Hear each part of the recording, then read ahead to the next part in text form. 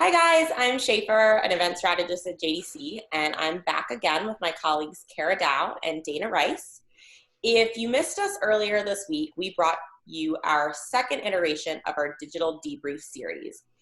This week, we were talking about sponsorships for digital events and how to best maximize your ROI. We received several questions during the conversation, which was awesome. However, we didn't have time to answer all of those live, so we got back together to do so now.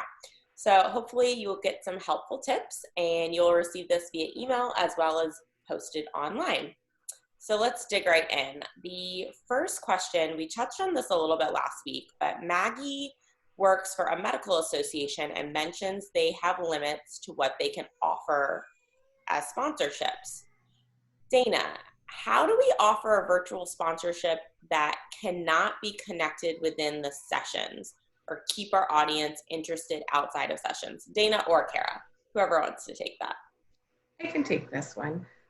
So we can offer activations outside of such sessions by having independent activations, such as lounges like you would at a live event.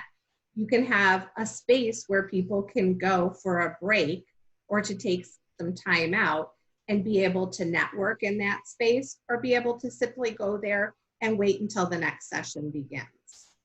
Great. Kara, anything else you want to piggyback on? I would tie it into healthcare, make it a mindfulness lounge where people can maybe some yoga or even like a little massage facial section. Yeah, why not, right? Everybody wants. It is Mother's Day weekend coming up, just saying. True, good point.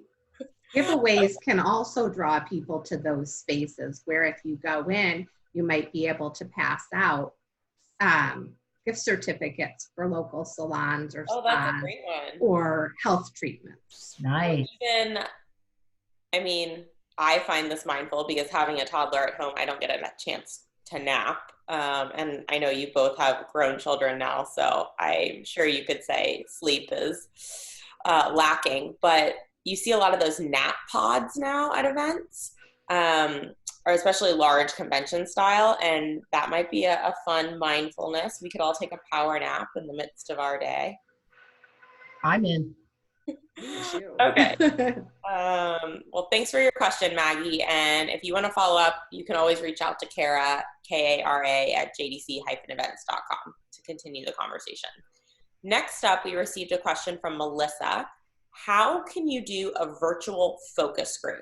Kara, can you talk to us about that? Yeah, so I think inherent in the question is a sponsored focus group, since the seminar series is on the sponsorship ROI. So I'm going to roll with that part of the question, and that sponsors are running different kinds of focus groups for you.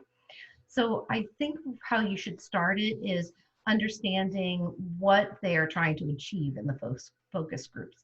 So if your company is a high-end tech company and they're trying to discover what the end users are wanting out of the industry, you would want to poll the attendees, find out what it is that they're looking for, match that up with the sponsor of the focus group, and then also, of course, match up with the needs of the sponsor. 9 times out of 10, they're going to be able to take care of that for you, of course, because they're from your industry. Then you're going to want to invite the matched attendees along with your sponsor. Once you reach that core group, you're going to want to share the materials of the things that they're going to work on. Those materials can also be available online when you check in at the event, so that you're able to either download, look at them ahead of time, and or, of course, be able to download them when you arrive at the event. Then on that particular day, you would watch a pre-recorded video that would give instructions about what to expect in your focus group. And then your sponsor facilitator would pop on the screen and say, here's the next steps of what we're going to do. Get out your workbook, your worksheets, whatever it is that you're using, and let's set on our course to solving whatever the problem is, developing the think tank information, etc. All that information then is recorded, of course, and you can call it together to create whatever report or objective there was for that focus group. But the most important part is, back to the sponsorship ROI, they now become the facilitator. So they're the thought leaders and the content owners that is so valuable to your participants. And you can host focus groups pre-conference or during, correct? So you have a lot of content or top level sponsors, perhaps you give them an opportunity that feels almost a little more exclusive by allowing them to host it, a week prior or something. Such a good point. Such a good point. You could do your focus. I mean, you could really do them at any time, right? Yeah, post event too. Right. I mean, you could just decide anytime, hey, I'd like to have focus groups and get my top sponsors involved in this. And actually, you could just do them year round. You wouldn't have to do them around your annual event or whatever particular event it was. So focus groups can really be done anytime. It's kind of cool as an add-on, though, I think, if you're attending an annual event and you have this opportunity to go to focus groups, it really, I think, elevates the participant experience. So I think particularly valuable for a high dollar sponsor, one of your headliners, to give them an opportunity to connect with key constituents or stakeholders that are part of their market. Yeah, I agree. That's a good idea. Okay. Let's see what else we have here. So Bruce has a question. What should association staff do if their senior staff and board think it's not appropriate to have sponsors for the virtual educational events? Ooh, so it sounds like maybe some push and pull there. Kara, thoughts? Yeah, I mean, I would say, Dana might have some more thoughts on this, but I think I personally would put together the sponsorship offerings that are pre, post, and during.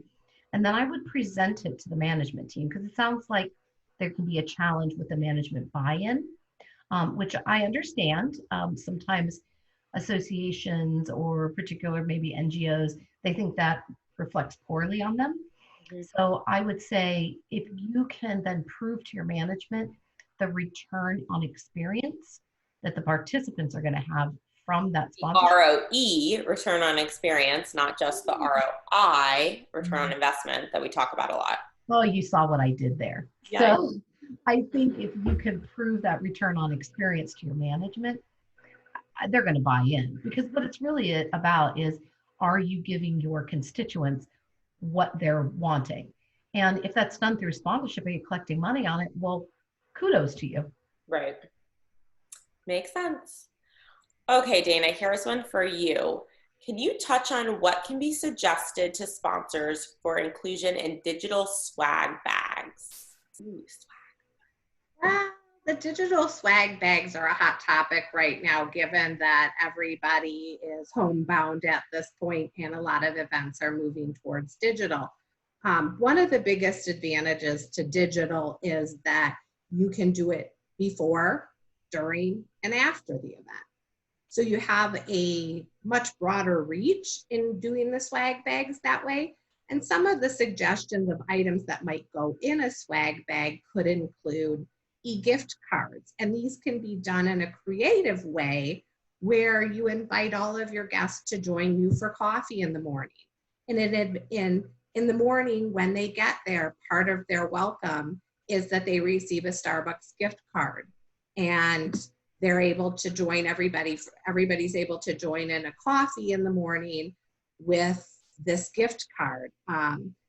They could receive gamification coupons in advance of the event, inviting them to take part in the games that will be taking place during the event. And post-event, you can send little thank yous to people. And this can be done both digitally, but we don't also want to discount the fact that we still have the ability to mail items to people or ship them. All of our first line workers right now that are keeping us going. Absolutely. That's great. And those are wonderful touch points that you articulated pre, during, and post. That again, there's a longevity with digital events that exceeds live events to a degree. Mm-hmm. Yeah, and I think that's great, Dana, because you're really extending the shelf life of those virtual swag bags. Good idea. So this question comes from Christoph in South Africa. He asks, how would you handle digital sponsors versus the POPI Act? All data you're talking about online And how would that data be shared to measure ROI? So there might be just a tad bit of confusion here. So the POPI, or POPI, I actually don't know how it's pronounced, but that acronym is specific to South Africa. But let's just talk in generalities for a moment. And is that the privacy of personal information, Kara? That is correct. Okay. That is correct. So thanks for pointing that out. So the thing here to remember is data analytics are about the details and the analysis of what people are doing within the event. So their rest time on sponsorships, their active, how active they are, where they've asked questions, where they haven't. It doesn't mean you're sharing their personal details. So it's really important to remember, because we have GDPR in place and we have the POPI in place, and we Right. have acts here in the United States and Canada and Mexico. So personal data is just that. It belongs to the individual. Now, I would say the way around that is you ask people, they're attending a networking event online, and they have the opportunity to network. So they have the opportunity to share their information with others, but that's opportunity. So you ask them, is it okay to share your information? Are you wanting to network? Are you willing to release it? Mm-hmm. And then, yes, you can provide leads to your sponsors, but the So leads, most importantly, getting their sign off that they have acknowledged that they are willing and want to share that information. absolutely. After all, in the digital world, you can have that little checkbox that people can check off and provide their approval. Correct. And you could do that upon registration, Dana, or you can continue to do it again. If you're really worried about it, you can do it when people check into an online room too, right? So you can do it over and over again so that you're really covering yourself. But more importantly, let's just talk about the fact that we're talking about data analytics. We're not talking about sharing people's personal data. We wouldn't suggest that. We're just suggesting that the data that's behind the scenes that you're pulling in the back end and reporting can then be shared as general information with your sponsors to prove their return on investment. Great. And Christoph, I'm sure sorry guys, this is live, so background noise. If you'd like to talk about that further, you can reach out to Kara directly and we'd be happy to do so. Sounds great. Thank you so much.